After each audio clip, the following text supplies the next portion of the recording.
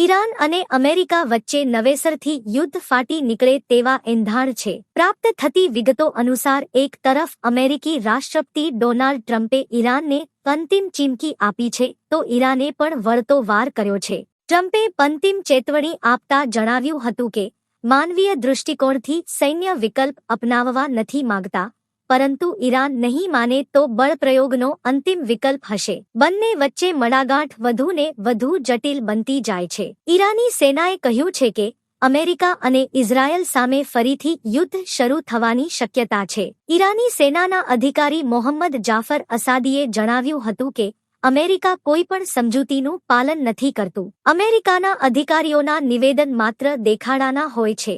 તે મીડિયા મારફત બધું બરાબર હોવાનું દેખાડવા માગે છે, જેથી ક્રૂડઓઇલના ભાવ નીચા ન જાય અને તે આ સ્થિતિમાંથી નીકળી શકે. તેમણે વધુમાં જણાવ્યું કે ઈરાનની સેના પૂરી રીતે તૈનાત છે અને જો કોઈ હુમલો થાય તો તેનો જવાબ આપવામાં આવશે. તેમણે આક્રમકતા દેખાડીને કહ્યું હતું કે અમેરિકા જો કોઈ મૂર્ખતા કરે તો ઈરાનની સેના તેનો જવાબ આપવા માટે તૈયાર છે.